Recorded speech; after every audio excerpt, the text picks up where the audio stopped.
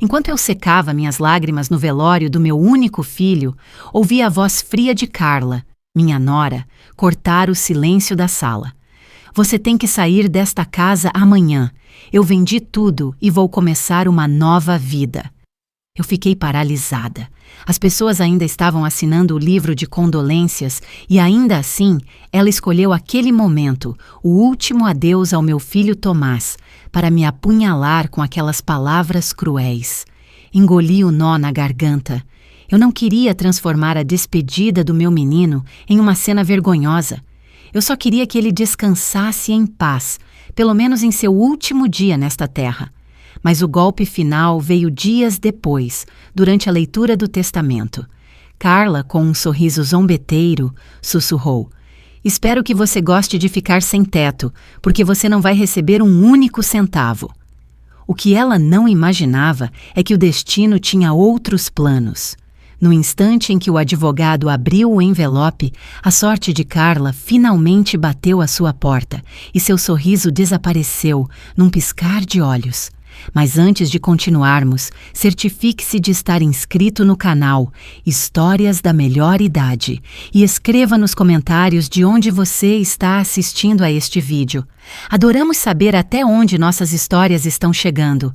Meu nome é Margarida Magalhães. Tenho 67 anos e vivi quase toda a minha vida em Belo Horizonte, Minas Gerais.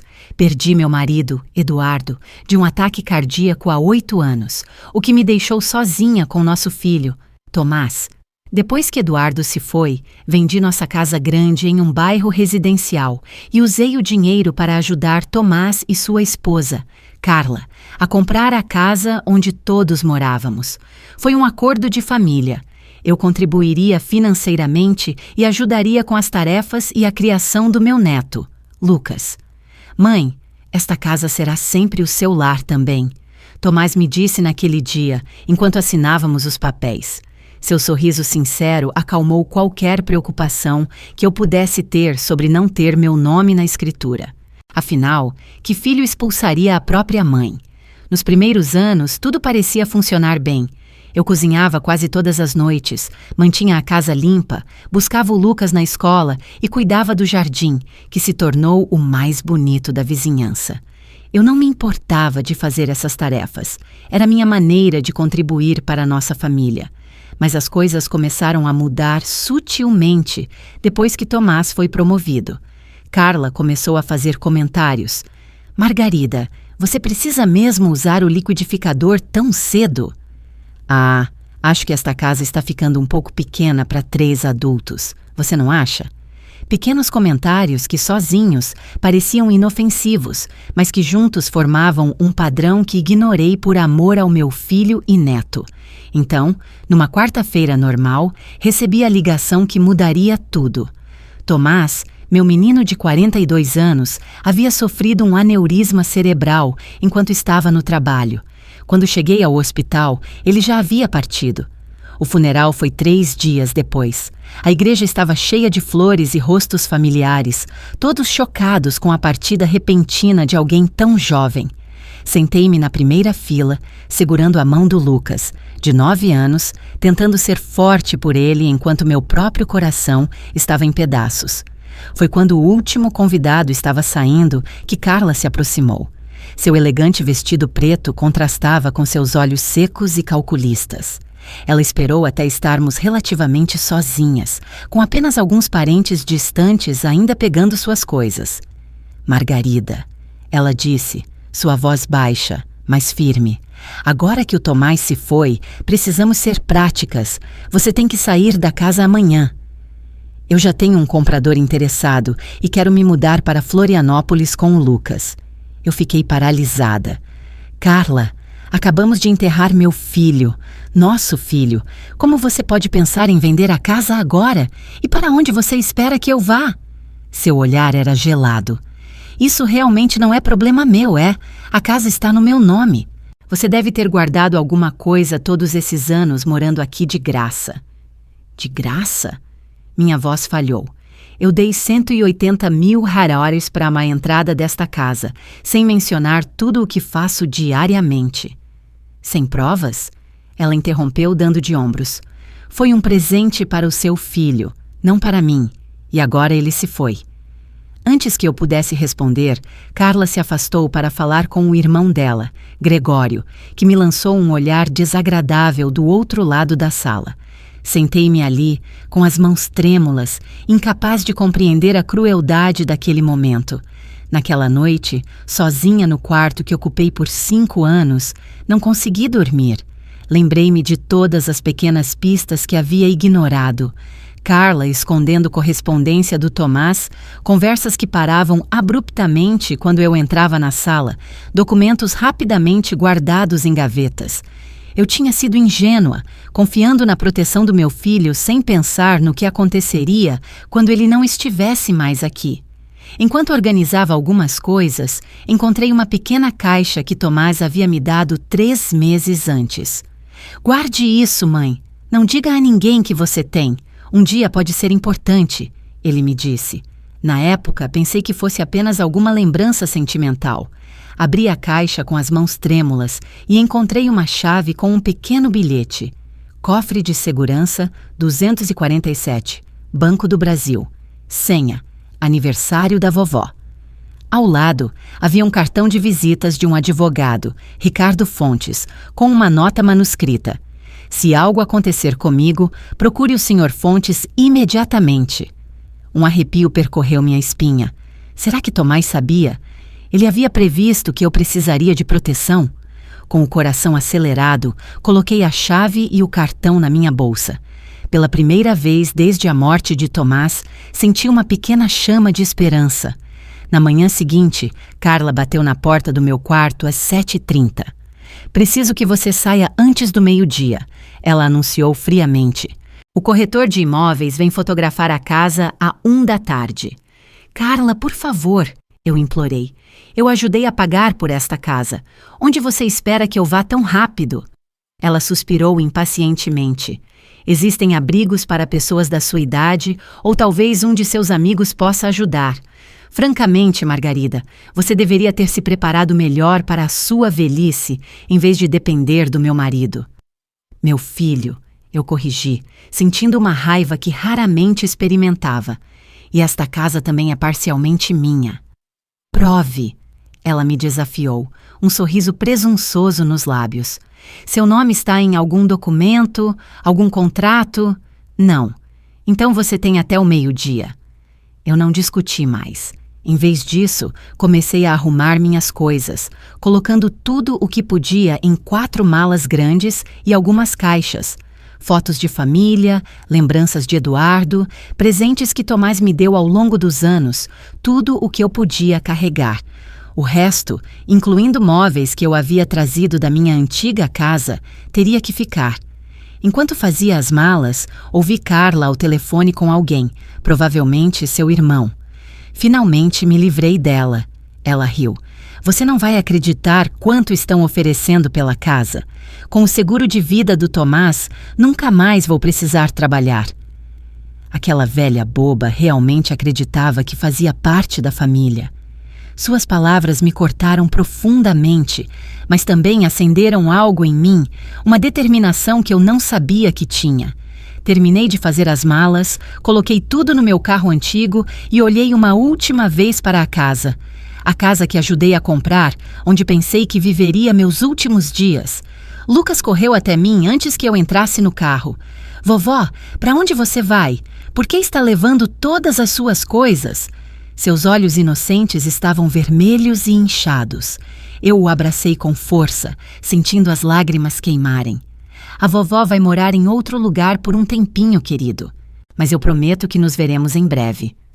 A mamãe disse que vamos nos mudar para longe. Ele sussurrou. Eu não quero ir. Quero ficar com você. Lucas, Carla chamou da porta, seu tom áspero. Entre agora. Deixe sua avó ir.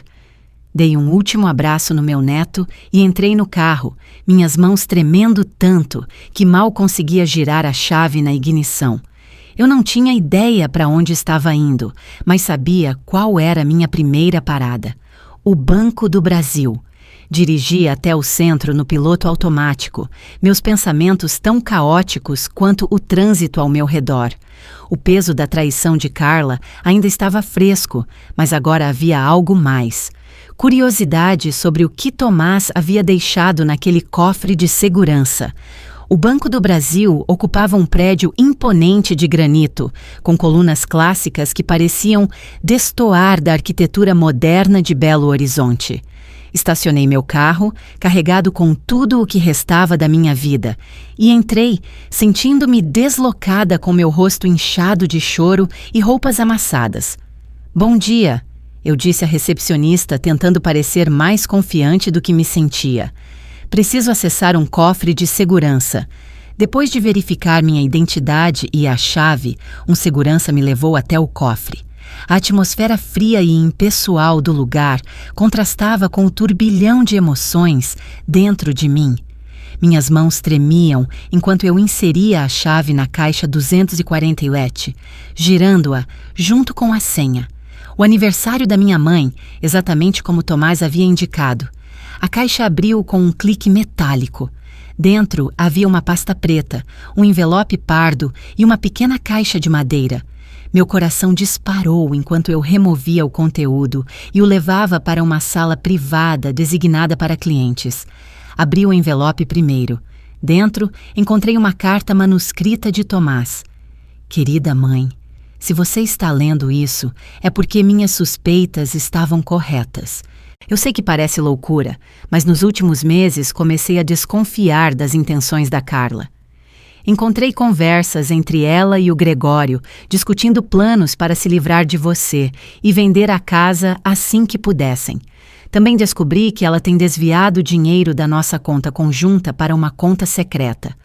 Mãe, eu sinto muito. Eu deveria ter confrontado a Carla, mas queria ter provas concretas primeiro. Enquanto investigava, percebi que precisava proteger você, caso algo acontecesse comigo. Na pasta preta, você encontrará documentos importantes.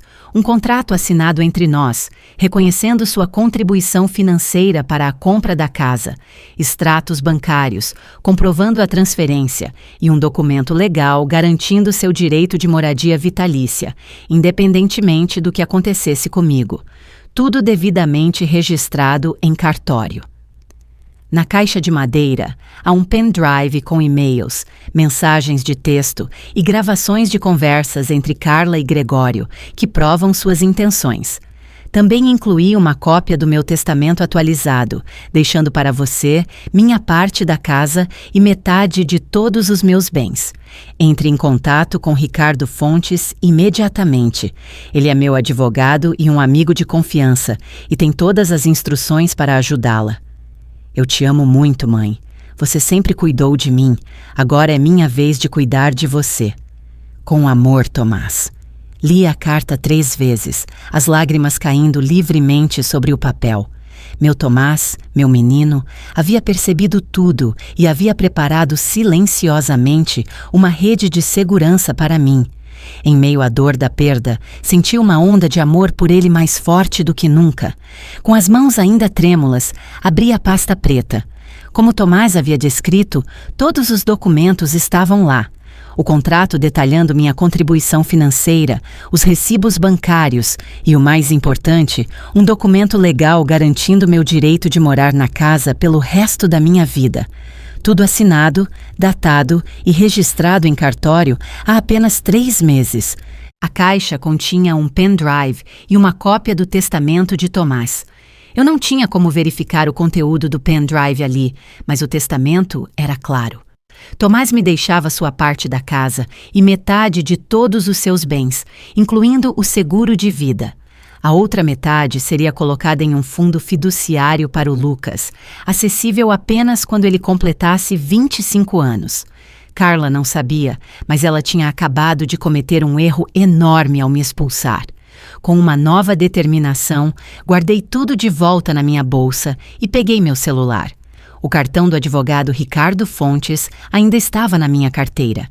Disquei o número, surpresa por ser transferida diretamente para ele depois de mencionar meu nome. "Senhora Magalhães!" Sua voz era calorosa e profissional. Eu estava esperando sua ligação. Tomás me avisou que isso poderia acontecer. Podemos nos encontrar hoje? 2 horas depois, eu estava sentada no escritório elegante de Ricardo Fontes, no Centro Financeiro de Belo Horizonte. Ele era um homem de meia idade, com cabelos grisalhos e olhos gentis, por trás de óculos de aro fino. Tomás era mais do que um cliente. Ele era meu amigo, Ricardo explicou, enquanto examinava os documentos que eu havia trazido. Ele veio me ver há cerca de 4 meses, muito preocupado. Disse que havia descoberto algo perturbador sobre sua esposa. O que exatamente ele descobriu? Eu perguntei. Ricardo hesitou brevemente. Tomás encontrou e-mails entre Carla e o irmão dela discutindo planos para um futuro sem você na casa. Ele também descobriu transferências bancárias suspeitas. Ele estava investigando discretamente, reunindo provas. E ele suspeitava que Carla pudesse... Minha voz falhou, incapaz de completar a frase. Tomás nunca mencionou explicitamente temer por sua vida. Ricardo respondeu cautelosamente, mas ele certamente estava preocupado o suficiente para tomar medidas preventivas extraordinárias. Ricardo conectou o pendrive ao seu computador e passamos a hora seguinte revisando seu conteúdo. Havia dezenas de e-mails entre Carla e Gregório, alguns datando de mais de 2 anos, discutindo como seria mais fácil se eu não estivesse na casa, como Carla estava cansada de ter uma velha intrometida controlando sua vida. Mas as mensagens mais chocantes eram as recentes. Depois que nos livrarmos dela, podemos vender a casa e dividir o dinheiro. Tomás nunca precisa saber quanto realmente conseguimos. Carla para Gregório, 3 meses atrás. Lembra daquele médico que você conheceu? Ele poderia ajudar com o probleminha do seguro de vida? 5 anos é muito tempo para esperar. Gregório para Carla, 2 meses atrás. Senti um calafrio ao perceber as implicações. Eles estavam falando sobre machucar Tomás? Era possível. Isso é suficiente para uma investigação? Perguntei a Ricardo, minha boca subitamente seca. É circunstancial, mas definitivamente perturbador. Ele respondeu com uma expressão grave. Vou encaminhar isso para um colega que trabalha com casos criminais. Enquanto isso, temos um problema mais imediato a resolver: recuperar sua casa. Ricardo digitou rapidamente em seu computador e imprimiu vários documentos. Esta é uma notificação extrajudicial formal que enviarei a Carla hoje, informando-a de seus direitos legais sobre a propriedade e exigindo acesso imediato. Também preparei um pedido de medida liminar de emergência para impedir qualquer venda da casa até que o tribunal possa analisar o caso. Assinei onde ele indicou, sentindo uma estranha mistura de gratidão a Tomás por me proteger e tristeza por não poder agradecê-lo. Uma última coisa, Ricardo disse, abrindo uma gaveta e tirando um envelope. Tomás deixou isso comigo para lhe entregar caso algo acontecesse com ele. Abri o envelope cuidadosamente. Dentro havia a chave de um apartamento novo e um cartão de débito com um bilhete. Meu apartamento na Savassi. Eu o uso para clientes ocasionalmente, mas está sempre pronto. A senha do cartão é o aniversário do Lucas. Há o suficiente para você recomeçar se precisar. Eu te amo, mãe. As lágrimas voltaram com força total. Mesmo em meio às suas próprias suspeitas e preocupações, Tomás havia pensado em tudo para me proteger. Ele sabia. Eu sussurrei. De alguma forma, ele sabia que precisaria me proteger. Ricardo assentiu solenemente. Tomás era um homem extraordinário, e agora vamos honrar sua memória, garantindo que sua mãe seja protegida exatamente como ele queria. Saindo do escritório de Ricardo, sentia algo que não experimentava desde a morte de Tomás. Propósito. Carla havia me subestimado completamente, vendo-me apenas como uma velha indefesa que ela poderia descartar quando conveniente. Dirigi até o endereço do apartamento de Tomás na Savassi, um prédio elegante com segurança na entrada. O porteiro sorriu ao ver meu nome na lista de autorizados permanentes e me entregou um conjunto completo de chaves. O apartamento era pequeno, mas sofisticado, com vista para as montanhas ao longe. Estava impecavelmente limpo e abastecido com mantimentos básicos, outro sinal da premeditação de Tomás. Desabei no sofá, física e emocionalmente exausta. Enquanto o sol se punha sobre Belo Horizonte, peguei meu telefone e vi 3 chamadas perdidas de Carla. Havia também uma mensagem de texto. Você esqueceu algumas coisas. Vou doar para a caridade amanhã se não vier buscá-las. A propósito, onde você está? Preciso do seu novo endereço para os documentos do seguro. Eu sorri amargamente. Carla não estava preocupada comigo. Ela queria saber onde eu estava para garantir que receberia o dinheiro do seguro rapidamente. O que ela não sabia é que agora eu tinha todas as cartas. Em vez de responder, liguei para Ricardo. Acho que é hora de marcar uma reunião, eu disse, com uma firmeza em minha voz que me surpreendeu. Gostaria de ver a expressão de Carla quando ela descobrir que seu plano perfeito acabou de desmoronar. 3 dias se passaram desde que Carla me expulsou da casa que ajudei a comprar. 3 dias em que me instalei no apartamento de Tomás na Savassi, um refúgio que ele havia preparado prescientemente. 3 dias planejando o momento em que eu reivindicaria não apenas minha dignidade, mas também justiça para meu filho. Ricardo Fontes organizou tudo meticulosamente. A reunião seria em seu escritório, às 10h30.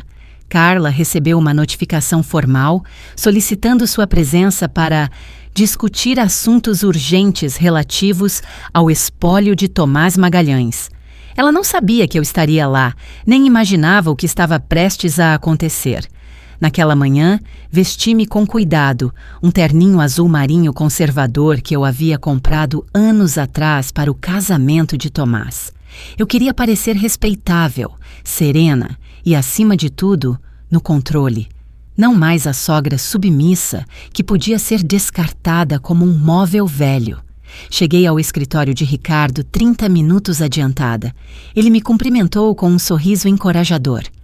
Você está pronta para isso, Margarida? Ele perguntou, oferecendo-me uma xícara de chá. Mais do que pronta, respondi, surpresa com minha própria convicção. É hora de Carla entender que ela subestimou não apenas a mim, mas também ao Tomás. Às 10h05, a recepcionista anunciou a chegada de Carla. Ricardo me levou a uma sala de conferências adjacente, onde eu poderia ouvir tudo sem ser vista, inicialmente. Uma pequena vantagem tática, ele sugeriu. Pela porta parcialmente aberta, vi Carla entrar no escritório principal. Ela estava impecavelmente vestida, com um vestido preto justo, o cabelo perfeitamente penteado, a imagem da viúva elegante e enlutada. Ao seu lado estava seu irmão, Gregório, alto e com uma expressão arrogante. Ambos carregavam pastas e exalavam confiança. Senhor, Fontes! Carla estendeu a mão, sua voz controlada em um tom de tristeza estudada. Obrigada por nos receber em um momento tão difícil. Este é meu irmão, Gregório, que está me ajudando com os assuntos de Tomás. Ricardo assentiu formalmente. Senhora Magalhães, Sr. Davis, obrigado por virem. Por favor, sentem-se. Carla cruzou as pernas elegantemente. Devo dizer que fiquei um pouco confusa com sua carta. Pensei que todos os assuntos do espólio seriam tratados pelo advogado da empresa de Tomás. Na verdade, Ricardo começou, abrindo uma pasta. Eu sou o advogado pessoal de Tomás há mais de 5 anos. Ele me confiou vários assuntos confidenciais, incluindo seu testamento mais recente. Carla piscou, momentaneamente perturbada. Testamento mais recente? Não tenho conhecimento de nenhum outro testamento além daquele que fizemos juntos quando Lucas nasceu. Esse é precisamente o motivo desta reunião, continuou Ricardo, sua voz profissional. Tomás fez mudanças significativas em seu testamento há aproximadamente 3 meses, com instruções específicas para serem implementadas imediatamente após seu falecimento. Gregório se inclinou para a frente, seu tom agressivo. Que tipo de mudanças? E por que Tomás faria isso sem informar Carla? Ricardo ignorou a segunda pergunta. As mudanças dizem respeito principalmente à distribuição de bens e à residência compartilhada. Mas antes de entrarmos em detalhes, há alguém que Tomás queria que participasse desta discussão. Essa era a minha deixa. Respirei fundo e entrei na sala. O rosto de Carla se transformou instantaneamente. Choque e, em seguida, raiva mal disfarçada cruzaram suas feições antes que ela conseguisse recompor sua máscara de civilidade. Margarida, ela forçou um sorriso tenso. O que você está fazendo aqui? A senhora Magalhães foi especificamente nomeada no Novo Testamento.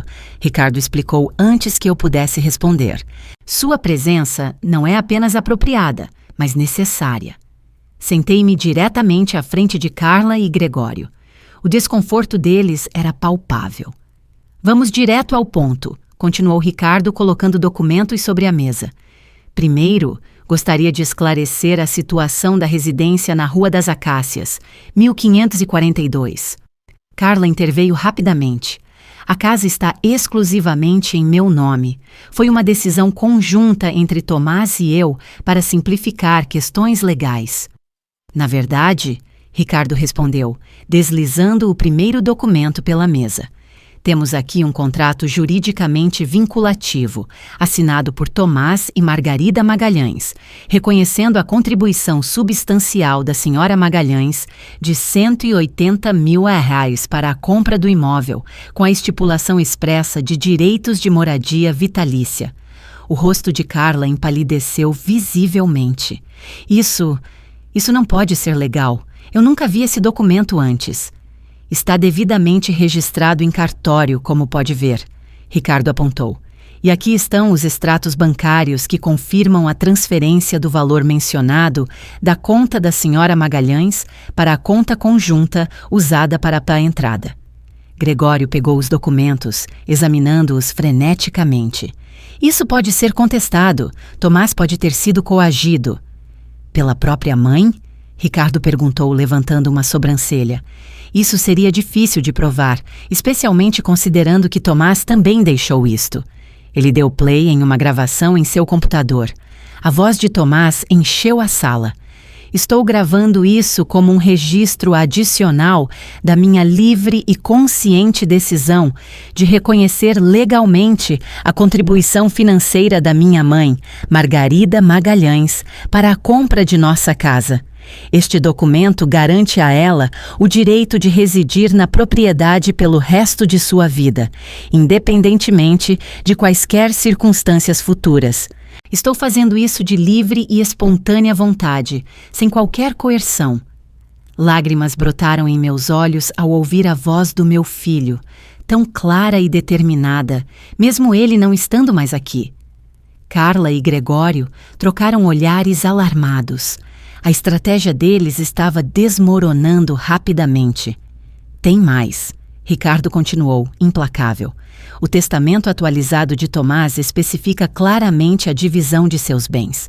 Metade para Lucas em um fundo fiduciário acessível aos 25 anos e metade para Margarida Magalhães, incluindo sua parte da casa e 50% do benefício do seguro de vida. Carla se levantou abruptamente. Isso é ridículo. Tomás nunca faria isso. Nós vamos contestar esses documentos.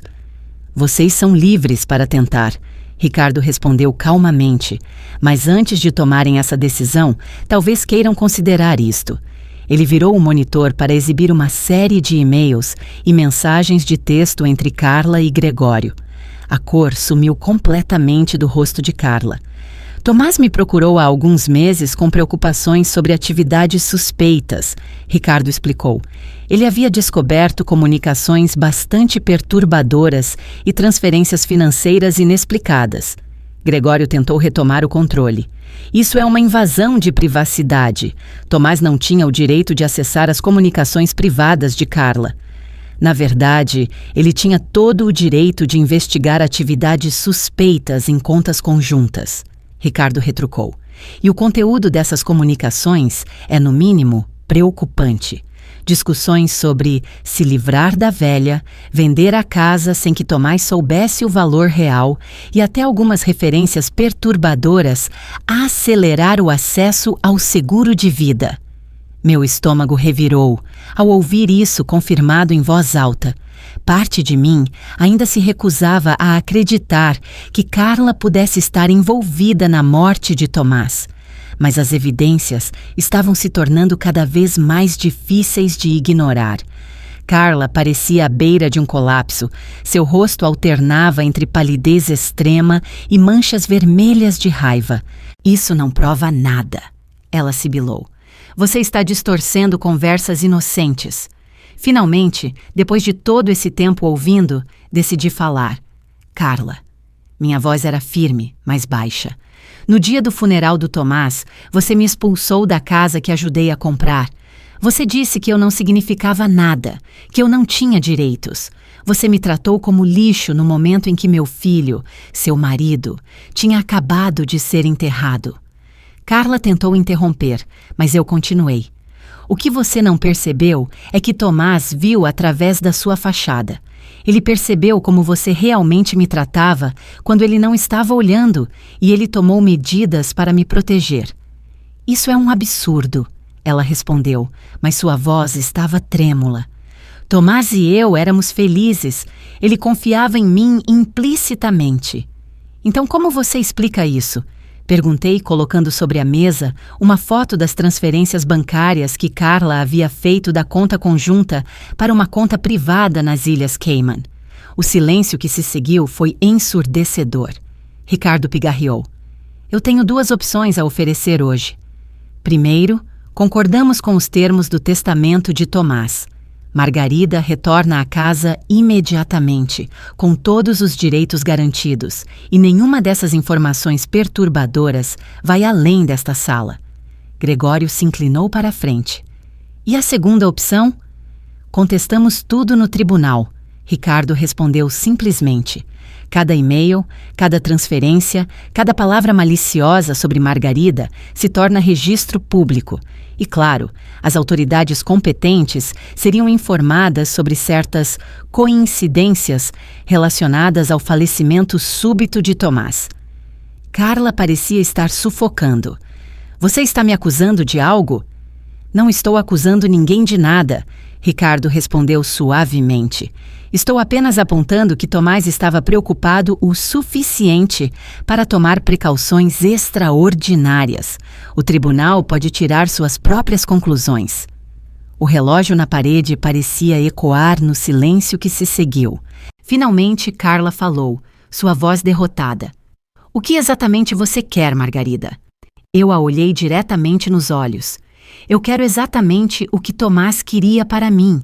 Meu lugar na casa que ajudei a comprar, minha parte em sua herança e o direito de fazer parte da vida do meu neto. Carla e Gregório conferenciaram rapidamente em vozes baixas. Depois de alguns minutos tensos, ela se virou de volta para Ricardo. Nós vamos concordar com os termos do testamento, mas eu quero isso formalizado, detalhando exatamente o que pertence a quem. Ricardo já estava preparado com os documentos. Naturalmente, tudo está pronto para assinar. Enquanto Carla assinava os papéis com as mãos trêmulas, notei algo em seus olhos que nunca tinha visto antes. Medo. Medo de mim, uma mulher que ela havia considerado insignificante. Saindo do escritório de Ricardo naquela manhã, respirei o ar fresco de Belo Horizonte com uma sensação de vitória agridoce. Eu havia vencido uma batalha que nunca deveria ter existido, mas o custo havia sido imenso. Meu filho ainda estava morto. Ainda assim, senti uma nova força surgindo dentro de mim. Tomás havia me protegido de maneiras que eu nunca imaginei, e agora cabia a mim continuar vivendo para honrar seu legado. No caminho de volta para o apartamento, recebi uma mensagem de Ricardo. Tudo formalizado. Você pode voltar para a casa quando estiver pronta. Parei na pequena cafeteria da esquina para tomar um chá e processar tudo o que havia acontecido. O sol de outono entrava pelas janelas, lançando um brilho dourado sobre as mesas. Eu estava exausta, mas pela primeira vez, desde a morte de Tomás, não me sentia impotente. A decisão de voltar para a casa não era simples. Por um lado, era meu direito, e eu queria estar perto das memórias de Tomás e ter acesso fácil a Lucas. Por outro, a ideia de dividir o espaço com Carla depois de tudo o que aconteceu parecia insuportável. Decidi que voltaria, mas nos meus próprios termos. Esta não seria mais uma situação em que eu me sentia uma intrusa na minha própria casa. Carla teria que entender que as coisas haviam mudado para sempre. Quando cheguei à casa na Rua das Acácias naquela tarde, encontrei Carla na sala de estar, com malas parcialmente feitas. Ela congelou quando me viu entrar com minhas próprias chaves. Eu voltei, anunciei simplesmente. Carla assentiu rigidamente. Ricardo me ligou. Você pode ficar com o quarto de hóspedes novamente. Não, respondi com firmeza. Eu vou ficar no quarto principal. Seu rosto endureceu. Esse é o meu quarto. Era o quarto do Tomás também, respondi. E de acordo com os termos do acordo, eu tenho direito à metade da casa. O quarto principal faz parte disso. Antes que ela pudesse responder, Lucas desceu as escadas correndo e praticamente se jogou em meus braços. Vovó, você voltou! Ele exclamou, seu pequeno corpo tremendo de emoção. A mamãe disse que você tinha ido morar em outro lugar para sempre. Eu o abracei com força, olhando por cima de sua cabeça para Carla, que teve a decência de parecer envergonhada. Eu voltei, meu amor. Sussurrei para Lucas, e eu não vou a lugar nenhum. Aquela noite foi tensa, comigo e Carla navegando em um estranho novo território. Cozinhei o jantar como sempre fazia, mas o silêncio à mesa era opressor. Lucas tentou preencher as lacunas com histórias da escola, mas até ele sentia a tensão no ar. Depois do jantar, enquanto eu limpava a cozinha, Carla se aproximou com os braços cruzados defensivamente. Precisamos estabelecer algumas regras, ela começou. Coloquei o último prato no escorredor e me virei para encará-la. Sim, precisamos. Primeira regra, nunca mais mentimos uma para a outra. Segunda, Lucas é a prioridade. Terceira, esta casa é minha tanto quanto é sua e espero ser tratada com respeito. Carla pareceu surpresa com minha assertividade, mas assentiu lentamente. Justo. Eu também quero adicionar que precisamos de privacidade. Áreas separadas, horários separados para usar os espaços comuns. Concordo, respondi. E Lucas terá tempo garantido com nós duas. Uma expressão estranha cruzou o rosto de Carla. Por um momento, pensei ter visto uma tristeza genuína em seus olhos. Eu realmente amava o Tomás, sabe? Ela disse suavemente. Do meu jeito. Eu não respondi. Não havia nada a dizer que não reabrisse feridas ou provocasse mais conflito. Em vez disso, sequei minhas mãos e saí da cozinha. Nas semanas seguintes, Carla e eu desenvolvemos uma rotina cautelosa, como dois predadores compartilhando o mesmo território. Mantínhamos uma distância respeitosa, interagindo principalmente através de Lucas. Um mês após meu retorno, Ricardo me ligou com notícias perturbadoras. A autópsia final de Tomás levantou algumas questões. Embora a causa oficial da morte ainda seja aneurisma, foram encontrados níveis elevados de certas substâncias que poderiam ter contribuído para a condição. Não é conclusivo, Ricardo explicou cuidadosamente, mas o médico legista achou suspeito o suficiente para alertar as autoridades. Eles estão considerando abrir uma investigação. Senti um nó no estômago. Parte de mim ainda se recusava a acreditar que Carla pudesse ter ido tão longe. Uma coisa era planejar se livrar de mim, outra, bem diferente, era machucar Tomás. Não consegui dormir naquela noite. Fiquei olhando para o teto, pensando em todas as pequenas coisas que havia notado, mas ignorado nos últimos meses de vida de Tomás. Ele parecia mais cansado, tinha dores de cabeça frequentes, às vezes parecia confuso. Todos os sintomas que atribuímos ao estresse do trabalho. No dia seguinte, notei Carla ao telefone no quintal, falando em tons baixos e urgentes. Quando ela me viu pela janela, desligou rapidamente e entrou. o rosto uma máscara de compostura. Margarida, eu estava pensando, ela disse com uma casualidade forçada. Talvez devêssemos vender a casa, afinal. Dividir o dinheiro e seguir caminhos separados. Há muitas memórias dolorosas aqui. Eu a olhei por um longo tempo. Não, Carla, não vamos vender a casa. Tomás queria que Lucas crescesse aqui, e é isso que vai acontecer. Seus olhos se estreitaram brevemente antes que ela forçasse um sorriso. Claro, apenas uma ideia. Estou apenas tentando encontrar uma maneira de seguir em frente. Naquela tarde, recebi uma ligação do detetive Garcia, da Polícia Civil de Minas Gerais, solicitando uma reunião para discutir as circunstâncias do falecimento de Tomás Magalhães. Eu concordei imediatamente. O detetive era um homem de meia idade com olhos penetrantes que pareciam notar tudo. Nos encontramos em uma cafeteria próxima, longe da casa e de Carla. Senhora Magalhães, estamos investigando algumas inconsistências relacionadas à morte do seu filho, ele explicou após as apresentações. A senhora notou alguma mudança em seu comportamento ou saúde nos meses anteriores? Contei a ele sobre a fadiga, as dores de cabeça, os momentos de confusão. E quanto à senhora Carla Magalhães, como era o relacionamento deles? Hesitei. Apesar de tudo, acusar minha nora de assassinato era um passo extremamente sério. Na superfície, eles pareciam bem, respondi cuidadosamente. Mas Tomás havia descoberto algumas irregularidades financeiras nos meses antes de sua morte. Ele estava investigando discretamente. O detetive tomou notas. Estamos cientes dessas transferências. Também descobrimos que a senhora Carla Magalhães aumentou significativamente o seguro de vida de Tomás cerca de 6 meses atrás, sem o aparente conhecimento dele. Senti um nó no estômago. Eu não sabia disso. Também estamos investigando uma conexão entre o irmão dela, Gregório Davis, e um médico que recentemente perdeu sua licença por práticas questionáveis. Ele continuou. Este médico pode ter fornecido substâncias que, administradas em pequenas doses ao longo do tempo, poderiam causar sintomas semelhantes aos que a senhora descreveu e, eventualmente, levar a um aneurisma.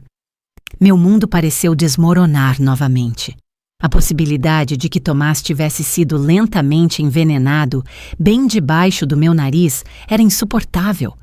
O que acontece agora? Perguntei, minha voz quase um sussurro. Continuamos investigando, respondeu o detetive, e sugiro que a senhora seja extremamente cautelosa em casa, senhora Magalhães. Não mencione esta conversa para Carla. 2 dias depois, enquanto Carla estava no trabalho e Lucas na escola, fiz algo que nunca imaginei fazer. Vasculhei o escritório dela em casa, passando por gavetas e armários, procurando por... eu nem sabia o quê. No fundo de uma gaveta de arquivos, encontrei uma pasta marcada T Seguro. Dentro estava a apólice de seguro de vida de Tomás, alterada 6 meses antes para R$2 milhões, com Carla como única beneficiária. Ao lado, havia notas detalhadas de depósitos e retiradas e um nome, Dr. Martinho Rocha. Com as mãos trêmulas, fotografei todos os documentos com meu celular e coloquei tudo de volta exatamente como encontrei. Em seguida, enviei as imagens para o detetive Garcia e para Ricardo. A resposta foi quase imediata. 1 hora depois, recebi uma ligação do detetive. Senhora Magalhães, não volte para casa hoje. Estaremos executando um mandado de busca na residência esta tarde. Temos motivos para acreditar que a senhora Carla Magalhães e Gregório Davis conspiraram para prejudicar seu filho. Sentei-me em um banco de praça próximo, chocada demais para chorar. Meu telefone tocou novamente. Era da escola do Lucas. Senhora Magalhães, Carla acabou de buscar o Lucas mais cedo. Ela disse que havia uma emergência familiar. Meu sangue gelou. Quando exatamente? Há cerca de 20 minutos. Em pânico, liguei para o detetive Garcia novamente. Ela pegou o Lucas na escola. Acho que ela sabe que estamos investigando. O que se seguiu foi um borrão. Um mandado de busca imediato emitido. todas as saídas da cidade monitoradas, contas bancárias congeladas. A polícia encontrou a casa vazia, mas o passaporte de Carla ainda estava lá, o que significava que ela provavelmente não havia saído do país. Passei a noite mais angustiante da minha vida, imaginando onde meu neto poderia estar, se ele estava seguro. Carla nunca havia demonstrado crueldade para com Lucas, mas agora eu duvidava de tudo que achava que sabia sobre ela. Na manhã seguinte, às 5h23, meu telefone tocou. Era um número desconhecido. Vovó? A voz pequena e assustada de Lucas fez meu coração dar um salto. Lucas, onde você está? Você está bem? Estamos em um hotel. A mamãe está dormindo, mas ela estava chorando. Ela disse que tínhamos que fugir, que pessoas más estão tentando nos separar. Lucas, que hotel? Você consegue ver o nome? Ouvi o som de uma cortina se abrindo. É a Pousada Vista da Serra. Tem uma montanha grande na placa. Ótimo, Lucas. Você está sendo muito corajoso. A polícia vai... O que você está fazendo? A voz de Carla soou distante, depois mais próxima, quando ela presumivelmente arrancou o telefone de Lucas. Margarida, você chamou a polícia, não foi? Você está tentando tirar meu filho de mim. Carla, falei o mais calmamente possível. Por favor, traga o Lucas de volta. Ele precisa de estabilidade, não de ficar fugindo.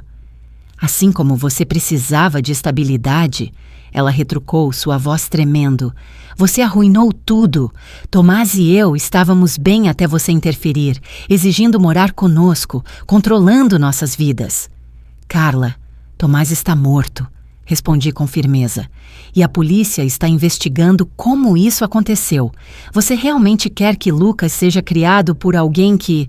Não diga isso, ela gritou. Eu amava o Tomás. Foi o Gregório. Eu nunca quis que o Tomás se machucasse. Gregório disse que era apenas para acelerar a aposentadoria dele, para que pudéssemos ter mais tempo juntos. As substâncias não eram para... Ele não deveria...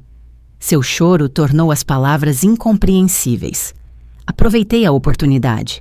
Carla, escute. Se o que você está dizendo é verdade, que foi o Gregório quem planejou tudo, então volte. Conte à polícia ao seu lado. Não piore as coisas fugindo com o Lucas. Houve um longo silêncio, quebrado apenas por soluços ocasionais. É tarde demais, ela finalmente respondeu, sua voz derrotada. Eles nunca vão acreditar em mim agora.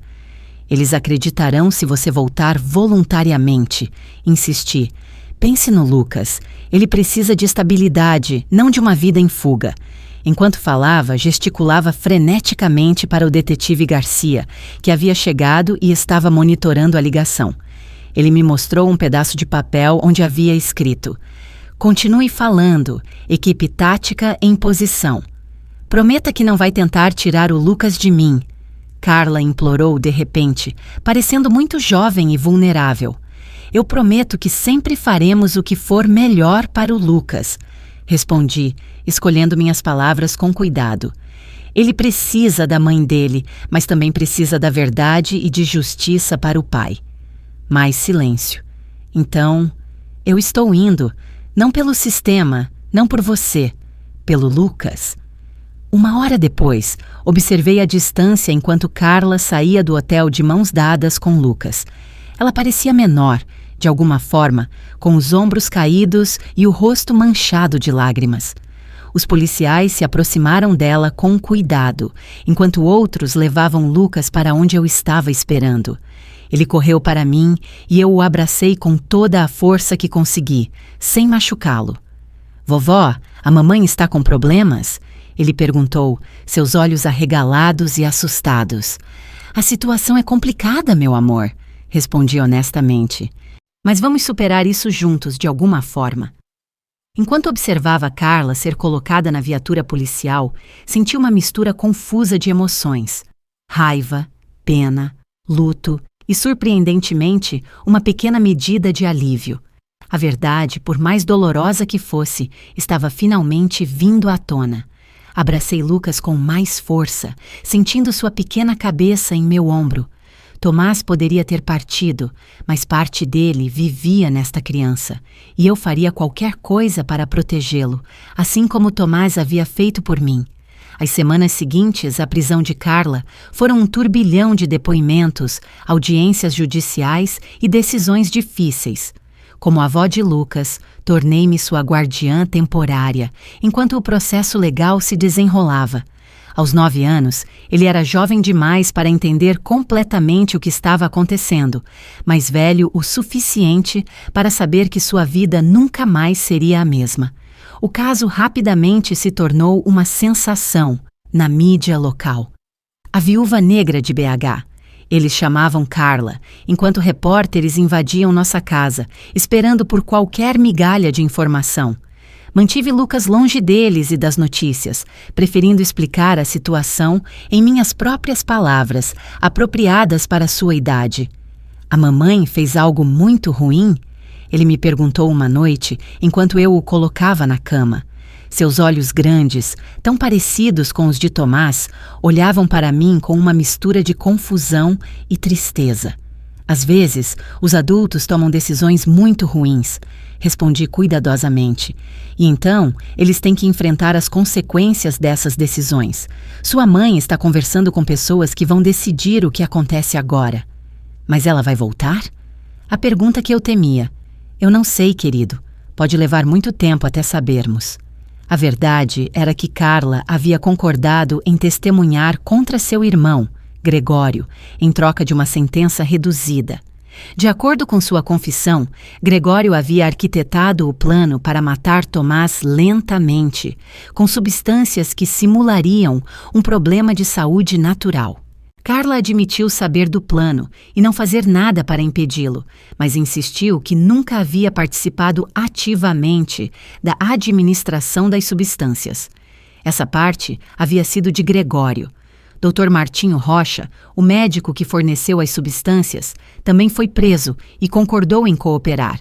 Sua licença já havia sido cassada por práticas médicas questionáveis e ele enfrentava acusações graves que poderiam mantê-lo na prisão pelo resto da vida. Um dia, cerca de 2 meses após a prisão de Carla, Ricardo me convidou para almoçar.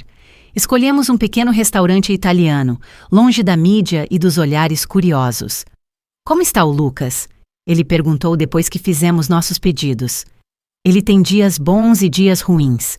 Respondi honestamente. Ele começou a terapia na semana passada. A terapeuta diz que ele está processando o trauma normalmente para a idade dele. Ricardo assentiu, as mãos entrelaçadas sobre a mesa. E você, Margarida? Como você está aguentando? A pergunta me pegou de surpresa. Eu estava tão focada em cuidar de Lucas, em lidar com advogados e policiais, que mal tive tempo de processar meus próprios sentimentos. Eu estou funcionando, finalmente respondi. É tudo o que posso fazer por enquanto. Sabe, Tomás estaria muito orgulhoso de como você está lidando com tudo isso, Ricardo disse suavemente. Ele sempre falava sobre sua força. Senti as lágrimas se formando. Eu não me sinto forte. Às vezes, sinto que estou apenas fingindo por causa do Lucas. Às vezes, fingir força é a própria definição de força. Ricardo sorriu gentilmente. Mas eu te chamei aqui para discutir algo específico. O julgamento de Gregório está marcado para começar em algumas semanas. Carla já fechou um acordo e testemunhará contra ele. E o promotor gostaria que você testemunhasse também sobre o comportamento de Tomás nos meses anteriores à sua morte, sobre o relacionamento dele com Carla e Gregório, sobre os sintomas que ele estava apresentando. Senti um peso se formar em meu estômago. A ideia de sentar em um tribunal e reviver aqueles momentos, com Gregório me encarando, parecia insuportável. Eu tenho escolha? Tecnicamente, sim. Eles poderiam intimá-la, mas preferem sua cooperação voluntária, Ricardo explicou. Honestamente, seu testemunho seria muito valioso para o caso. Respirei fundo. E quanto ao Lucas, ele teria que depor também? Não, absolutamente não, Ricardo me assegurou rapidamente. O promotor é muito claro sobre manter Lucas fora disso. Pensei por um momento. Se eu testemunhar, isso significa que Gregório irá para a prisão por mais tempo? Que ele não poderá machucar mais ninguém? Potencialmente, sim. Seu testemunho fortaleceria significativamente o caso. Então eu vou testemunhar, decidi, por Tomás e por Lucas. O julgamento de Gregório Davis começou em uma manhã fria de janeiro. O tribunal estava lotado. Parecia que toda Belo Horizonte queria testemunhar o processo contra o homem acusado de assassinar meticulosamente meu filho. Gregório parecia menor na cadeira dos réus, seu terno caro, agora substituído por roupas fornecidas pela prisão. Seus olhos, no entanto, ainda mantinham aquele brilho calculista que sempre me inquietou. O caso da promotoria foi meticuloso.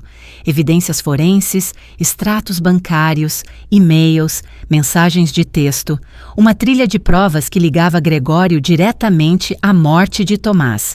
Dr. Rocha testemunhou sobre como Gregório o havia procurado, solicitando algo que parecesse natural, mas fosse definitivo, e como ele havia fornecido uma combinação de substâncias que, ao longo do tempo, fariam o sistema cardiovascular se deteriorar, levando eventualmente a um aneurisma ou ataque cardíaco.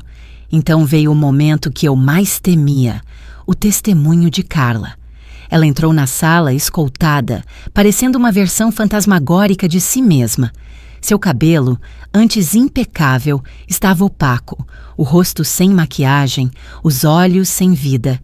Quando ela passou pela cadeira do réu, Gregório olhou para ela com tanto ódio que os oficiais de justiça tiveram que adverti-lo.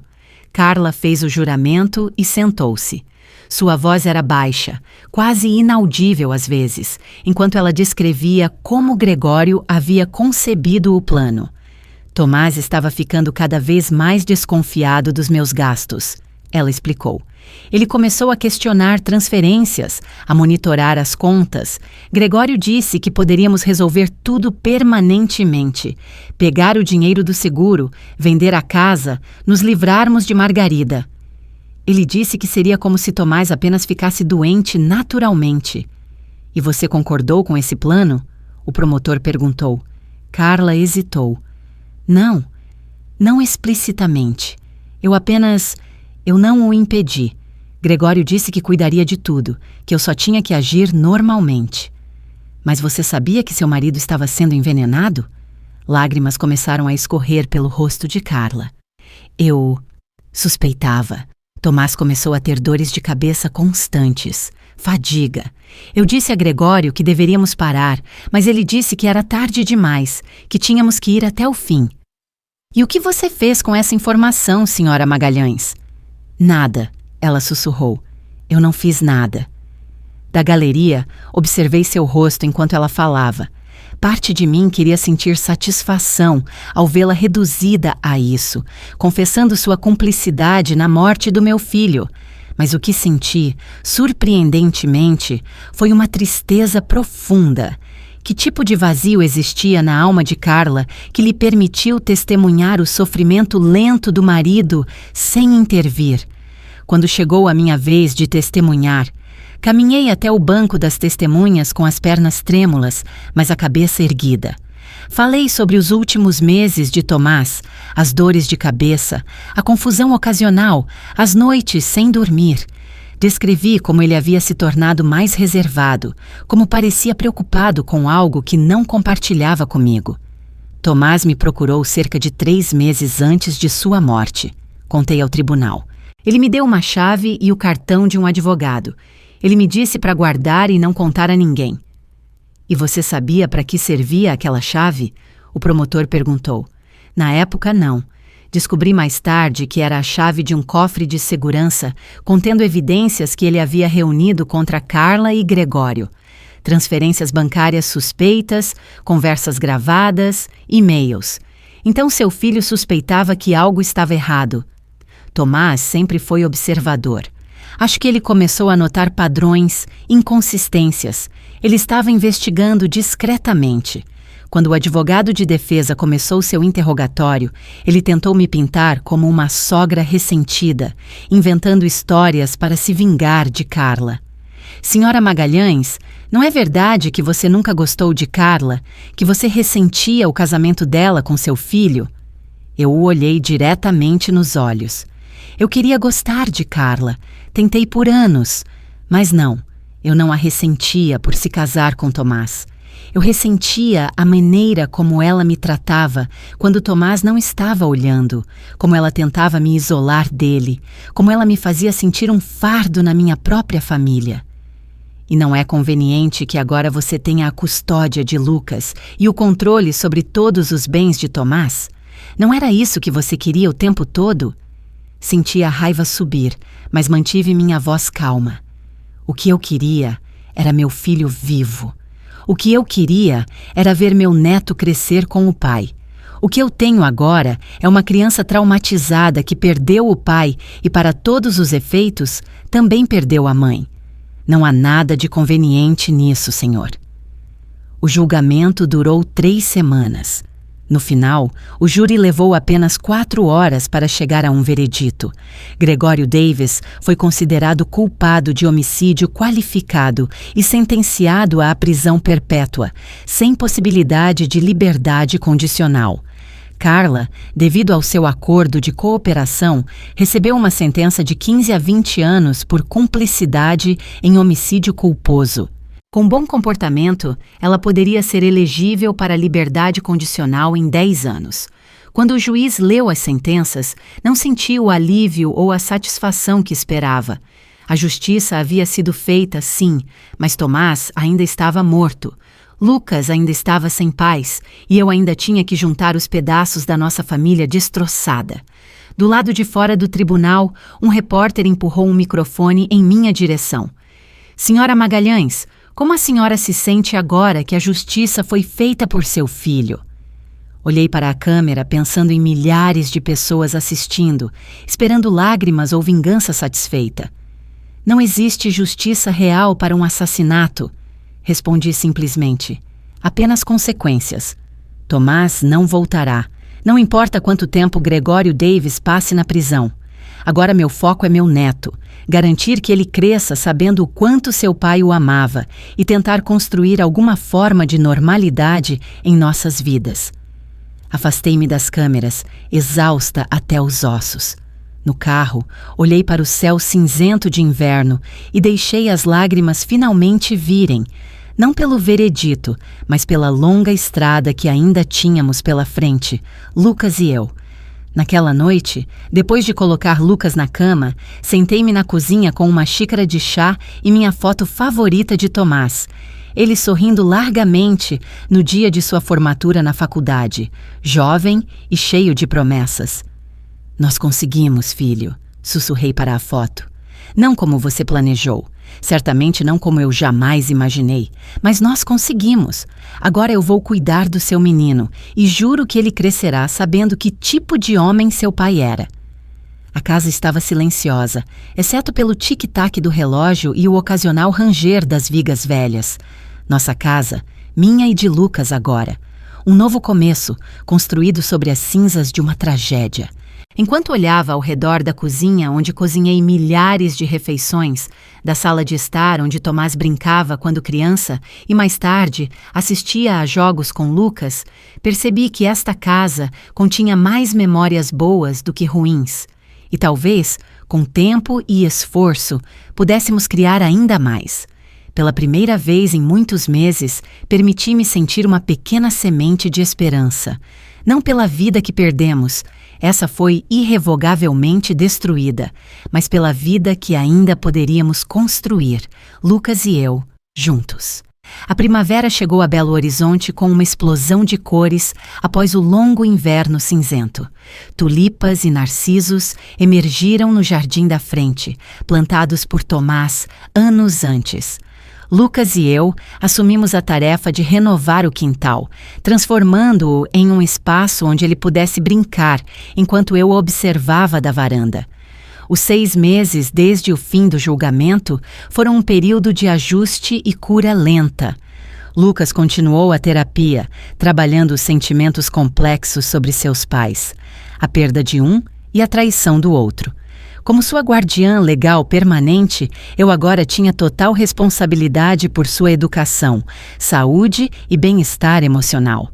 Não era uma tarefa fácil aos 68 anos, mas descobri recursos em mim mesma que não sabia que possuía. Aprendi a jogar videogame com ele, a ajudar com projetos da feira de ciências, a navegar no complicado mundo social de um aluno do 4º ano. As noites eram as mais difíceis para ele. Pesadelos frequentes o faziam acordar chorando, chamando pelo pai. Em uma tarde de sábado, enquanto plantávamos tomatinhos cereja no jardim, Lucas parou de repente, sua pequena pá ainda na mão. Vovó, você acha que a gente devia visitar a mamãe? A pergunta me pegou de surpresa. Carla estava cumprindo sua sentença em uma penitenciária estadual a cerca de 2 horas de distância. Ela tinha direitos de visita, mas até agora Lucas não havia expressado o desejo de vê-la. Você gostaria disso, querido? Perguntei cuidadosamente. Ele mordeu os lábios, um gesto tão parecido com o de Tomás quando estava pensativo. Eu não sei. Às vezes eu sinto falta dela. Mas aí eu lembro do que ela fez com o papai e eu fico com raiva. Coloquei minha mão coberta de terra sobre a dele. Esses sentimentos são completamente normais, Lucas. Você pode sentir falta dela e ainda estar com raiva do que aconteceu.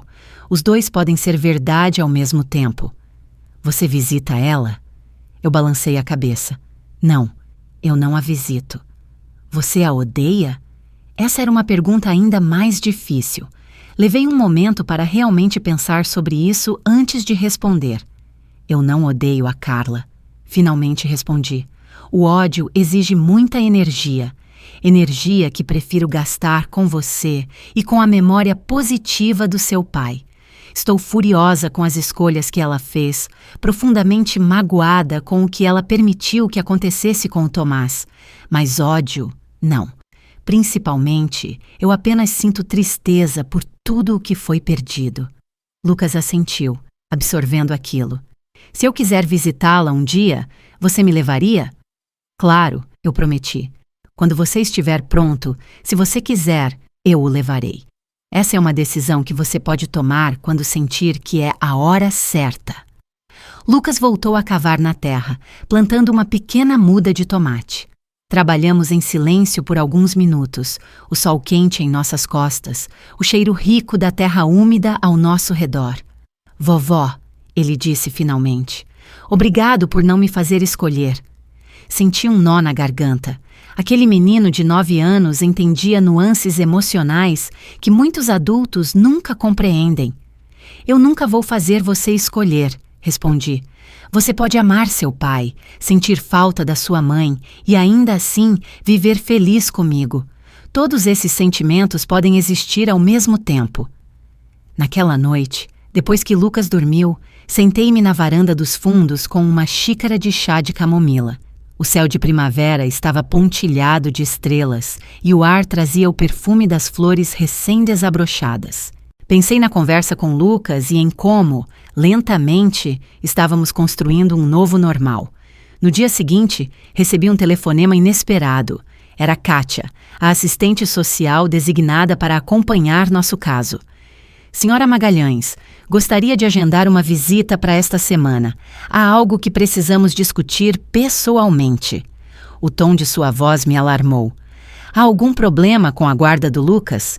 Não, ela se apressou em dizer. A guarda está perfeitamente segura. É outro assunto relacionado a Carla. 2 tardes depois, Kátia estava sentada na minha sala de estar, uma pasta grossa sobre a mesa de centro entre nós.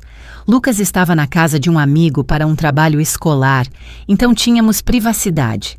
Margarida, Kátia começou, seu tom profissional, mas gentil. Carla entrou com um pedido formal de visitas supervisionadas com o Lucas. Senti meu estômago afundar. Ela tem esse direito? Legalmente, sim.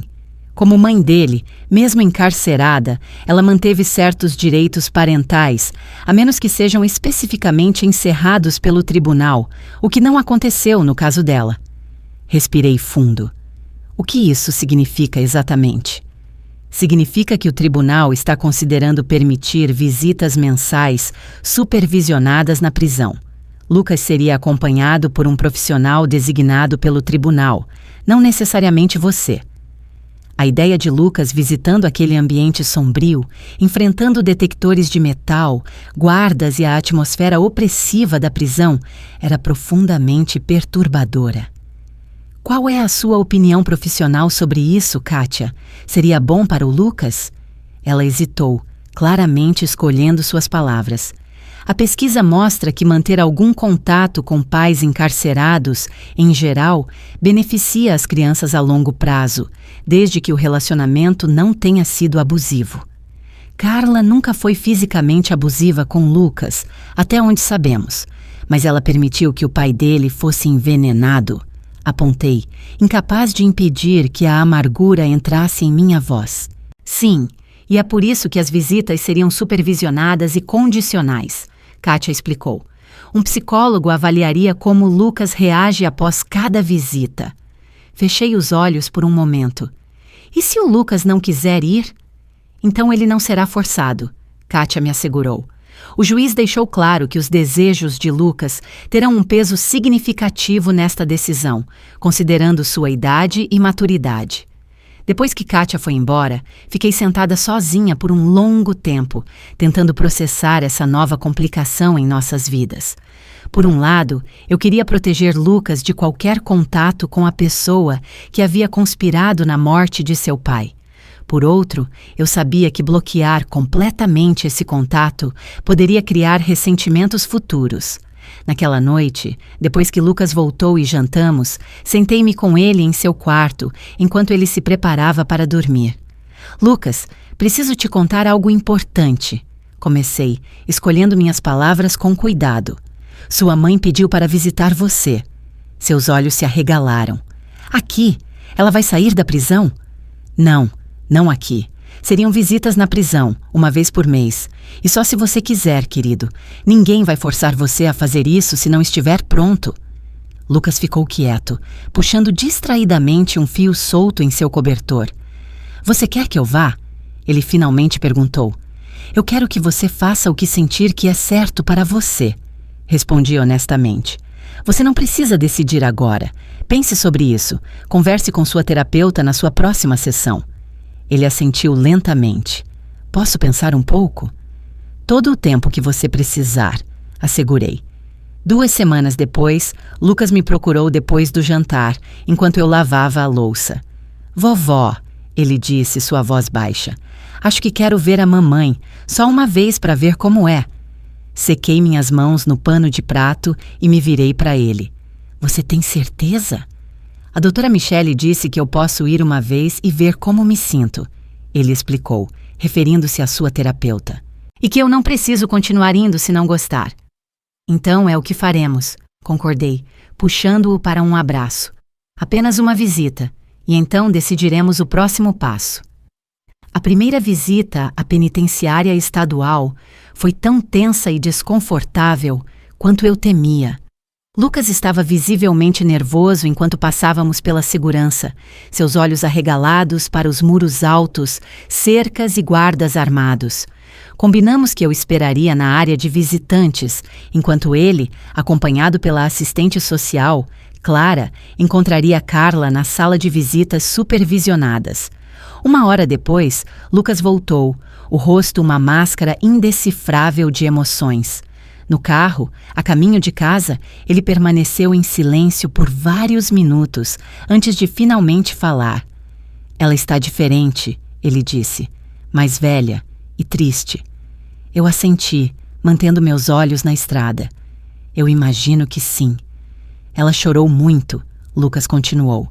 Ela disse que sente muito pelo que aconteceu com o papai, que foi culpa do tio Gregório, que ela não sabia o que fazer.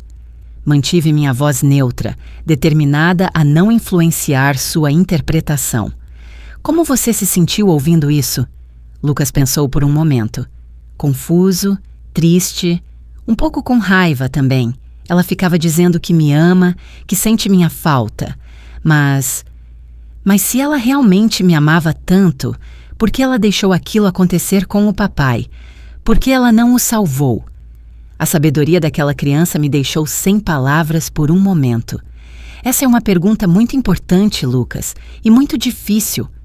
Eu disse isso para ela, ele continuou. Eu perguntei por que ela não salvou o papai, se ela sabia o que o tio Gregório estava fazendo. Meu coração disparou. E o que ela disse? Ela só chorou mais e disse que estava com medo, que o tio Gregório a ameaçou. Mas eu não sei se acredito nela, vovó. Eu estendi a mão e apertei sua mão gentilmente. Às vezes não sabemos no que acreditar, e tudo bem. Você foi muito corajoso hoje. Eu quero ir para casa agora, ele disse simplesmente. Na semana seguinte, a terapeuta de Lucas nos chamou para uma sessão conjunta. Ela explicou que Lucas estava processando sentimentos muito complexos sobre a visita. Ele está lidando com um conflito interno profundo, doutora Michelle explicou. Por um lado, há o amor natural por sua mãe e o desejo de acreditar nela. Por outro, há o entendimento crescente da gravidade do que aconteceu e o sentimento de traição. O que podemos fazer para ajudá-lo? Perguntei. Continue fazendo exatamente o que você tem feito, Margarida. Ofereça um espaço seguro para ele expressar todos esses sentimentos, sem julgamento, sem pressão para escolher lados, e respeite qualquer decisão que ele tomar sobre visitas futuras. Lucas decidiu não visitar Carla novamente nos meses seguintes. Em vez disso, eles começaram a trocar cartas, uma forma de comunicação que dava a Lucas tempo para processar suas emoções e responder quando se sentisse pronto. Eu lia todas as cartas de Carla antes de entregá-las a ele, para garantir que o conteúdo era apropriado, mas nunca censurei nada, nem li as respostas que ele enviava. O verão chegou com dias longos e quentes. Lucas entrou para uma escolinha de futebol e eu passava minhas tardes assistindo aos seus treinos, torcendo a cada chute, oferecendo conforto após cada derrota. Nosso círculo social se expandiu naturalmente. Pais de outros jogadores, vizinhos, membros do grupo de apoio para avós que criam netos, que eu havia começado a frequentar. Em uma dessas reuniões do grupo de apoio, conheci Heitor, um viúvo de 70 anos que criava sua neta de 12 anos, Olívia, após perder sua filha para o câncer. Algo em sua maneira calma e gentil imediatamente me atraiu. É uma estrada difícil, não é? Ele comentou um dia, enquanto tomávamos um café após a reunião. Nossos corpos envelhecendo enquanto corremos atrás de crianças com energia infinita. Eu ri, reconhecendo a verdade em suas palavras. Às vezes sinto que voltei 40 anos no tempo. Treinos de futebol, projetos de feira de ciências, discussões sobre qual filme de super-herói é o melhor. Mas você não mudaria por nada, não é? Heitor sorriu, seus olhos azuis brilhando com compreensão. Por nada, concordei. Ao longo das semanas, Heitor e eu começamos a nos ver regularmente, às vezes com as crianças. Olívia, sua neta e Lucas se deram surpreendentemente bem. E às vezes apenas nós dois, para um café ou uma caminhada no parque. Era uma amizade confortável, sem pressão ou expectativas, apenas a companhia agradável de alguém que realmente entendia minha situação. Em uma tarde particularmente quente de agosto, estávamos todos no parque. Lucas e Olívia correndo pela grama, Heitor e eu sentados à sombra de um velho carvalho. Eu estava pensando, Heitor disse de repente. O Zoológico de Belo Horizonte tem uma exibição noturna especial na próxima sexta-feira. As crianças adorariam. Talvez pudéssemos ir todos juntos. Virei-me para olhá-lo, notando o leve nervosismo em sua voz. Isso seria ótimo. Lucas fala dessa exibição há semanas. Heitor sorriu, parecendo aliviado. Ótimo. É um encontro, então? Senti um rubor subir ao meu pescoço, algo que não experimentava há décadas. Um encontro, bem... Sim. Heitor pigarreou, subitamente tímido. Um encontro em família, com as crianças, mas ainda assim, pensei que poderíamos chamar assim. Eu ri, surpresa com o quão natural aquilo parecia. Um encontro seria adorável, Heitor. Naquela noite, sentei-me na beira da cama de Lucas, depois de apagar as luzes, nosso ritual noturno. Lucas, o que você acharia se fôssemos ao zoológico na sexta-feira com o Heitor e a Olívia? Isso seria incrível, ele exclamou. Então ele fez uma pausa, um olhar perspicaz cruzando seu rosto. Vovó, você gosta do senhor? Heitor? Tipo, gosta? Foi a minha vez de ficar sem palavras, pega de surpresa por sua percepção. Bem, sim, acho que gosto dele. Ele é um bom amigo. Lucas assentiu com uma sabedoria além de seus anos. Eu acho legal. O senhor Heitor é legal. E a Olívia é bem legal também, mesmo sendo mais velha. Então você não se importaria se nós, às vezes, saíssemos todos juntos, como uma família diferente? Nós já somos uma família diferente, vovó. Lucas respondeu simplesmente. Famílias vêm em todos os tipos de formas, a doutora Michele disse. O importante é que a gente se ame e cuide um do outro. Engoli o nó que se formou em minha garganta.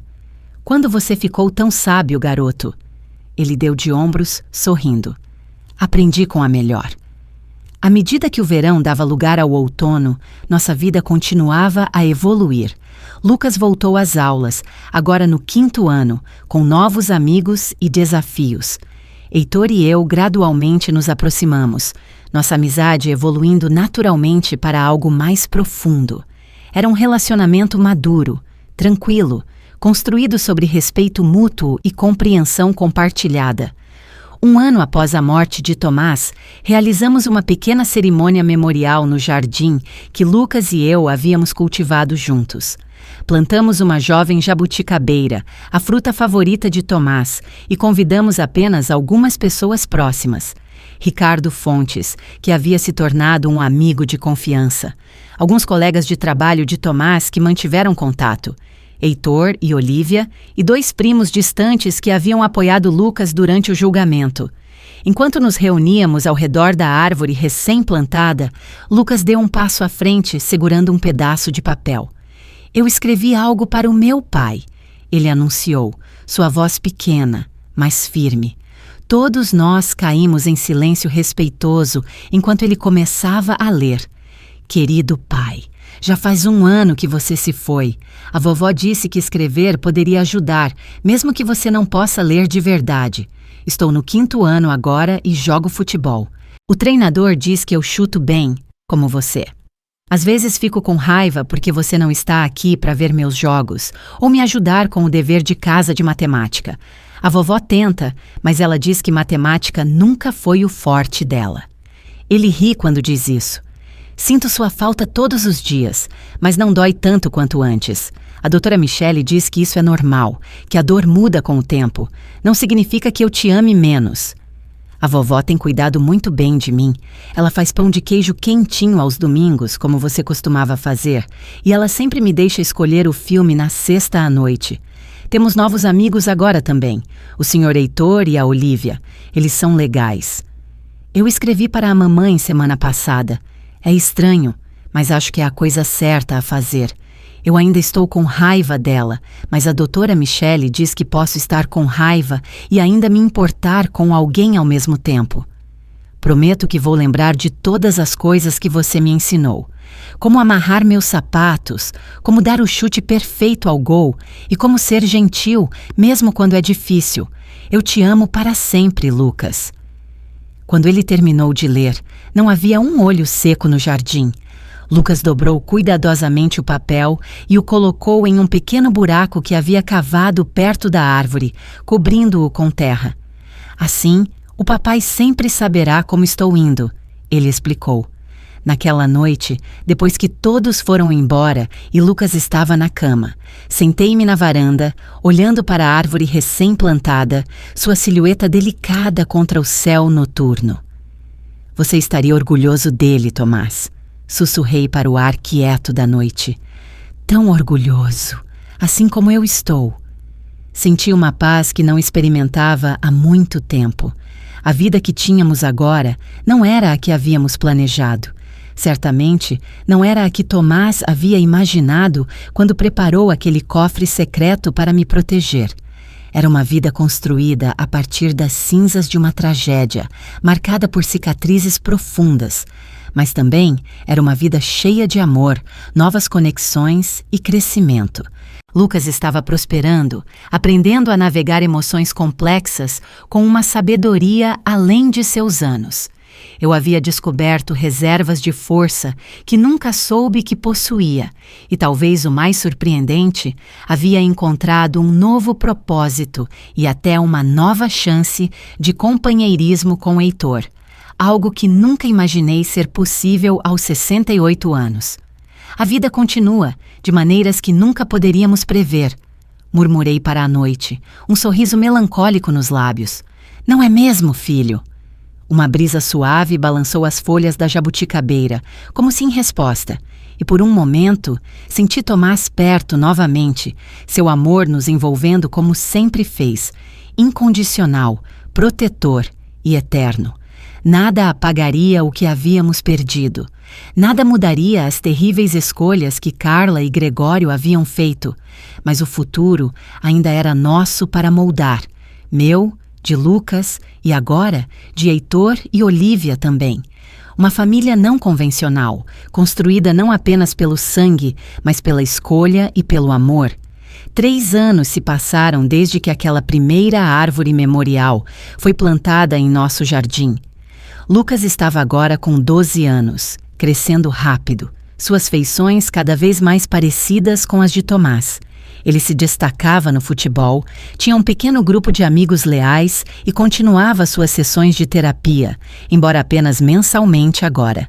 Nossa família expandida havia encontrado um ritmo confortável. Heitor e eu nos casamos em uma pequena cerimônia no jardim há 2 anos, com Lucas e Olívia como nossas únicas testemunhas oficiais. Decidimos manter nossas casas separadas, eu com Lucas, Heitor com Olívia, mas passávamos a maior parte dos fins de semana juntos, criando novas tradições familiares. Carla continuava a cumprir sua sentença, agora em seu 4º ano de 15. Lucas havia retomado as visitas ocasionais, cerca de a cada 3 meses, sempre acompanhado por um profissional designado pelo tribunal. As visitas eram difíceis, muitas vezes emocionais, mas Lucas insistia em querer mantê-las. Eu preciso entender, ele me explicou uma vez. Não para perdoar, ainda não, mas para entender. Em uma bela manhã de sábado, o carteiro entregou uma carta endereçada a mim. O endereço do remetente me surpreendeu. Carla Magalhães, Penitenciária Estadual de Minas Gerais, ala feminina. Em 3 anos, Carla nunca havia tentado me contatar diretamente. Nossa comunicação era estritamente através de canais oficiais, relacionados exclusivamente a Lucas. Ver o nome dela no envelope me deixou instantaneamente tensa. Heitor estava comigo quando abri a carta, sua presença reconfortante ao meu lado. Margarida, escrevo esta carta depois de muito tempo de reflexão e várias tentativas descartadas. Não há palavras adequadas para o que preciso dizer, mas vou tentar mesmo assim. Primeiro, eu nunca pedi seu perdão porque sei que não o mereço.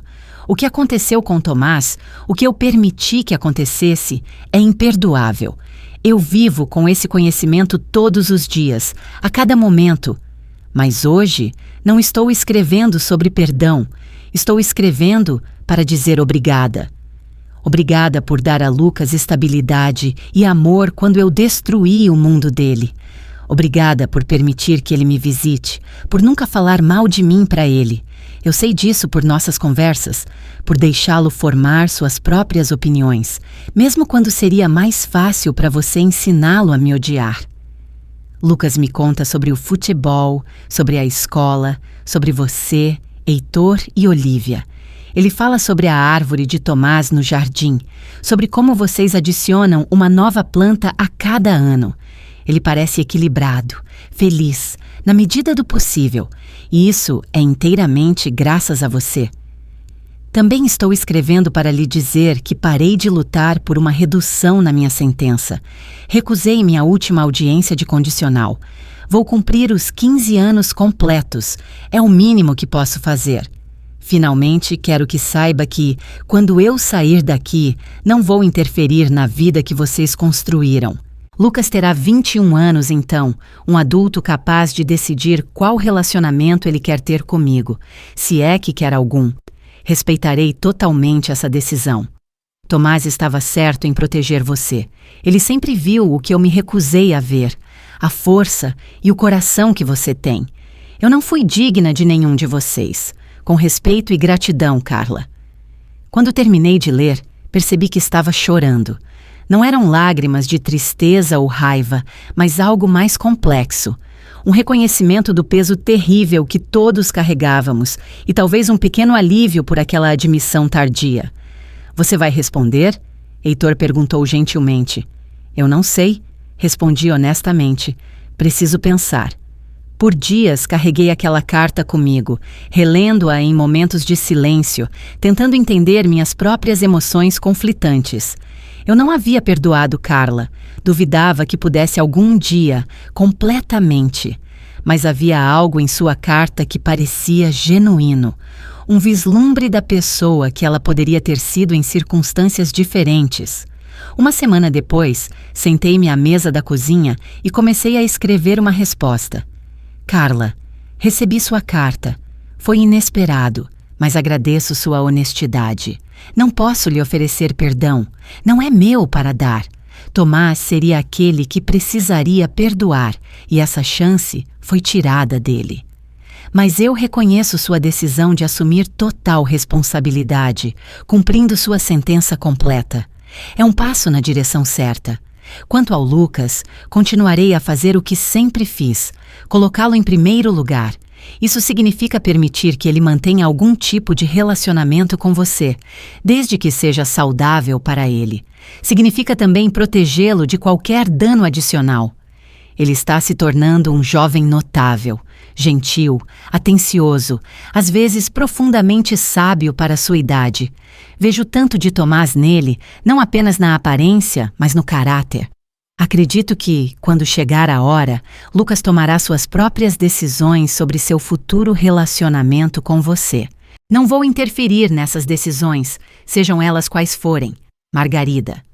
Foi uma resposta curta, sem efusão emocional, mas honesta. Sele o envelope e o coloquei no correio no dia seguinte. À medida que os anos passavam, Lucas continuava a crescer, transformando-se de um menino em um adolescente. Aos 15 anos, ele estava quase tão alto quanto Tomás, com o mesmo sorriso fácil, a mesma risada contagiante. Suas visitas a Carla haviam se tornado menos frequentes, agora apenas 2 vezes por ano, mas ele mantinha correspondência regular com ela. Uma noite, após retornar de uma dessas visitas, Lucas sentou-se comigo na varanda, olhando para o jardim memorial que havíamos expandido ao longo dos anos. A jabuticabeira original agora produzia seus primeiros frutos e ao seu redor cresciam roseiras, lavanda e um pequeno banco de madeira onde eu costumava sentar para ler. Vovó, Lucas começou, sua voz mais profunda agora, um sinal da adolescência em pleno vigor. Eu sempre quis te perguntar uma coisa, mas nunca achei a hora certa. Você pode perguntar qualquer coisa, respondi, deixando de lado o livro que estava lendo. Você acha que o papai sabia o que estava acontecendo? Sobre o que o tio Gregório e a mamãe estavam fazendo? A pergunta me pegou de surpresa. Em todos esses anos, Lucas nunca havia perguntado tão diretamente sobre os detalhes da morte de Tomás. Eu acho que ele suspeitava que algo estava errado. Respondi cuidadosamente. É por isso que ele tomou medidas para me proteger. Para nos proteger. Ele deixou o cofre de segurança com as provas, o apartamento, tudo preparado. Lucas assentiu lentamente. Tenho pensado muito sobre isso ultimamente, sobre como o papai deve ter se sentido, suspeitando, mas não tendo certeza, ou imaginando se a própria esposa poderia estar fazendo algo assim. Deve ter sido insuportavelmente difícil para ele, concordei. Sabe o que é estranho? Ele disse. Quanto mais velho eu fico, mais difícil é lembrar de coisas específicas sobre ele, como o som exato da voz dele, ou como era quando ele me abraçava. Mas, ao mesmo tempo, Sinto que o entendo melhor agora do que quando eu era criança. Estendi a mão e apertei seu ombro. Acho que isso é natural. Nossas memórias mudam, mas nossa compreensão se aprofunda. E você tem tanto dele em você, sabe? Não apenas na aparência. Lucas sorriu, um sorriso agridoce. A mamãe disse a mesma coisa hoje. Ela disse que às vezes é difícil para ela me olhar, porque eu pareço muito com ele. Sentamos em silêncio por um momento, contemplando o jardim e as estrelas que começavam a aparecer no céu noturno. Sabe, vovó, Lucas disse finalmente, acho que entendo agora por que você nunca tentou me fazer odiar a mamãe, mesmo depois de tudo o que aconteceu. Você sabia que eu precisaria descobrir meus próprios sentimentos sobre isso. Sentimentos complicados fazem parte de ser humano, respondi. Raiva, amor, decepção, saudade. Eles podem coexistir ao mesmo tempo. Ninguém pode lhe dizer como se sentir, nem mesmo eu. Eu a odeio pelo que ela fez, Lucas admitiu, sua voz baixa. Ou pelo menos odeio as ações dela, o que ela permitiu que acontecesse. Mas não consigo odiá-la completamente. Isso faz de mim uma pessoa horrível? Isso faz de você um ser humano, respondi com firmeza, e um extraordinariamente compassivo, considerando tudo. Lucas assentiu, parecendo encontrar algum conforto em minhas palavras. Tem outra coisa que eu queria te contar. Decidi que quero estudar direito, como o papai. Quero ajudar pessoas como nós, famílias afetadas pelo crime. Meu coração se encheu de orgulho. Seu pai ficaria tão orgulhoso dessa escolha? Você acha? Ele perguntou de repente, soando como a criança mais nova que um dia foi. Tenho certeza absoluta, respondi. Mais tarde, naquela noite, depois que Lucas subiu para seu quarto, sentei-me sozinha no jardim, sob o suave luar. Pensei em Tomás, em como ele havia previsto a necessidade de me proteger, em como seu amor continuava a guiar nossas vidas, tantos anos depois. Olhe o homem que seu filho está se tornando. Sussurrei para o vento noturno. Olhe como ele está transformando a dor em propósito, como ele está encontrando seu caminho através da escuridão. Você o preparou bem para isso, mesmo no pouco tempo que teve com ele. Em algum lugar, imaginei Tomás sorrindo, aquele sorriso gentil que Lucas havia herdado. Não porque eu acreditasse que ele pudesse realmente me ouvir, mas porque manter sua memória viva dessa maneira me dava força. Aos 74 anos, eu havia vivido mais do que jamais imaginei. Perdi um marido, depois um filho. Enfrentei traições inimagináveis e um luto profundo, mas também encontrei novos começos, um amor inesperado com Heitor, uma família expandida com Olívia e a alegria incomparável de ver Lucas crescer e prosperar contra todas as probabilidades. A vida raramente segue o caminho que planejamos. Às vezes, ela nos leva por estradas escuras e sinuosas, através de tempestades que parecem intermináveis. Mas mesmo nas circunstâncias mais sombrias, mesmo quando perdemos aqueles que mais amamos, sempre há a possibilidade de encontrar a luz novamente, se tivermos a coragem de continuar caminhando. Tomás me ensinou isso com seu último ato de amor, aquela chave e as provas cuidadosamente reunidas. Ele sabia que eu encontraria uma força que nunca suspeitei possuir.